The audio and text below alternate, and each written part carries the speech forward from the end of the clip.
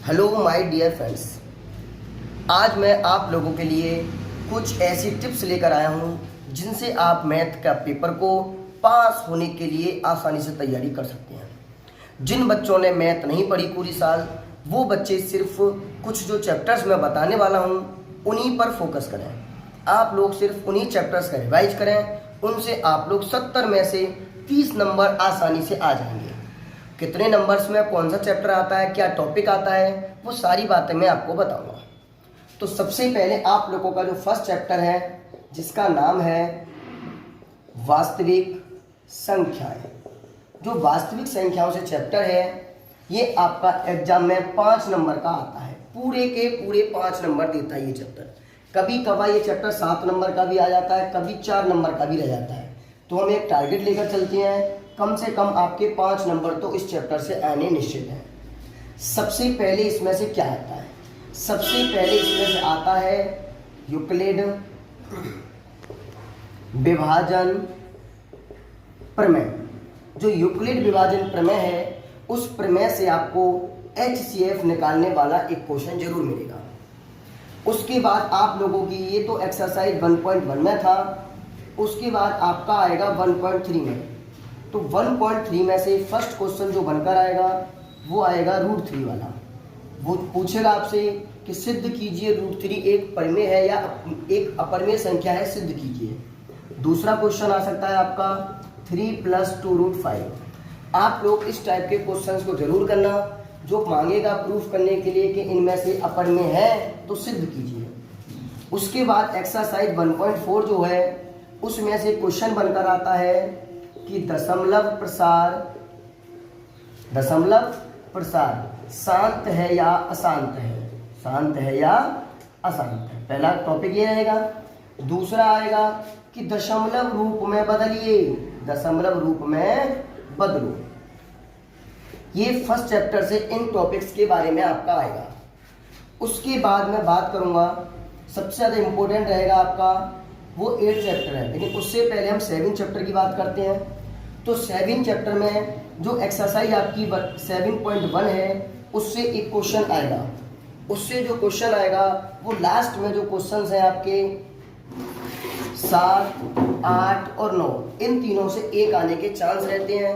और एक आपका आएगा 2 बिंदुओं के बीच की दूरी वाला, कि 2 बिंदु जैसे x ये आपको दे रखे हैं 5,3 और 7,4, इनके बीच की दूरी ज्ञात करने वाला आता है।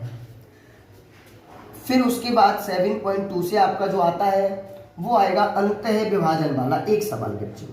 अंतः विभाजन, एक तो आप लोग अंतः विभाजन का क्वेश्चन कर लीजिए और इस एक्सरसाइज के जो सबसे लास्ट वाले क्वेश्चंस हैं उन्हें जरूर करें। क्वेश्चन नंबर 5 से लेकर जितने भी लास्ट तक होंगे 8, 9 तक, वो सारे करने हैं आपको। लास्ट एक्सरसाइज इसकी 7.3 है। 7.3 आपकी मोस्ट इंपोर्टेंट रहती है। क्यों? क्योंकि इसमें से पहला टॉपिक बनकर आता है त्रिभुज का क्षेत्रफल। या तो आपसे ये मांग लेगा या सेकंड कंडीशन में आपसे मांगेगा संरेखी वाला। क्या कहेगा वो? 3 बिंदु संरेखी हैं तो k का मान ज्ञात कीजिए, k का मान ज्ञात करो।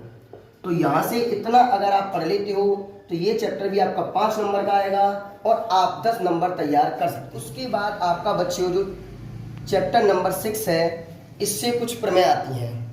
तो वो प्रमेय जो है आपकी कुछ एग्जाम्पल्स हैं। जैसे एक आपका एग्जाम्पल नंबर आएगा 10, एग्जाम्पल नंबर आएगा आपका 12, एग्जाम्पल नंबर आएगा आपका 13। और एक्सरसाइज आपकी जो 6.5 है उसमें जो लास्ट वाले क्वेश्चंस हैं उनमें कुछ प्रमेय हैं। उन प्रमेय को आप ढंग से कर लीजिए। जो प्रमेय आपकी हैं उनको आप लोग ध्यान से पढ़ेंगे तो देख। और ये आपकी जो एक्सरसाइज 6.5 है उसका 15वां क्वेश्चन प्रमेय है बेटा, ये जरूर आती है। और इसी में एक और एग्जाम्पल है आपका, वो है एग्जाम्पल नंबर 14। ये 3 जो एग्जाम्पल्स हैं ये तीनों इंपॉर्टेंट रहते हैं। और सबसे ज़्यादा मोस्ट इंपॉर्टेंट आपका ये वाला एग्जाम्पल रहेगा, ये वाला एग्जाम्पल और ये वाला क्वेश्चन। इनमें से कोई एक 6 नंबर का आपका पेपर में मिल जाता है। उसके बाद हमारा जो स्टार्ट होता है वो चैप्टर नंबर 11 स्टार्ट होगा। जो चैप्टर नंबर 11 है उनमें भी एक क्वेश्चन बनेगा आपका 11.1 से एक क्वेश्चन 6 नंबर का, और एक बनेगा बच्चों 11.2 से 6 नंबर का। ये आपका इस पूरे चैप्टर से एक क्वेश्चन आएगा, इसमें या लगकर आएगा, यानी 11 चैप्टर से बेटा एक सवाल आएगा और पेपर में आपका 6 नंबर का पक्का आ जाएगा, और इससे भी आपका 6 चैप्टर से भी 6 नंबर का पक्का आएगा। अब उसके बाद जो लास्ट चैप्टर एक और है 14, आप लोग जो 14 चैप्टर है उसे बहुत ज़्यादा अच्छे से करिए, और 14 चैप्टर में सारी एक्सरसाइज इंपॉर्टेंट है आप लोग, लेकिन सबसे ज़्यादा जो फोकस करेंगे वो 14.3 पर कीजिए। जो 14.3 का क्वेश्चन नंबर फर्स्ट और क्वेश्चन नंबर सेकंड, इन पर विशेष ध्यान देना है आपको। ये जो सेकंड क्वेश्चन है वो इम्पोर्टेंट रहता है, और एक आपका सबसे ज़्यादा इम्पोर्टेंट रहेगा, ये तो मोस्ट इम्पोर्टेंट है, आने ही है इनसे तो। लेकिन एक 14.1 में आपका क्वेश्चन नंबर 3 भी आएगा। 3 आपका ज़्यादा इम्पोर्टेंट रहता है। इस 14 चैप्टर से कम आपको 10 नंबर का पेपर में मिलेगा। तो आप अगर हाई स्कूल में अच्छे से पास होना चाहते हैं, 40 नंबर लाना चाहते हैं, 30 नंबर लाना चाहते हैं, तो आप इन चैप्टर्स को पढ़ लीजिए। अगर आपको इससे भी ज़्यादा नंबर लाने हैं, मिनिमम आपको 45-50 समथिंग लाने हैं, तो आप चैप्टर नंबर 8 का भी रिवाइज कर सकते हो। जो चैप्टर नंबर 8 है बेटा, इससे भी आपका मिनिमम कम से कम 10 से लेकर 16 नंबर तक का पेपर में मिल जाता है।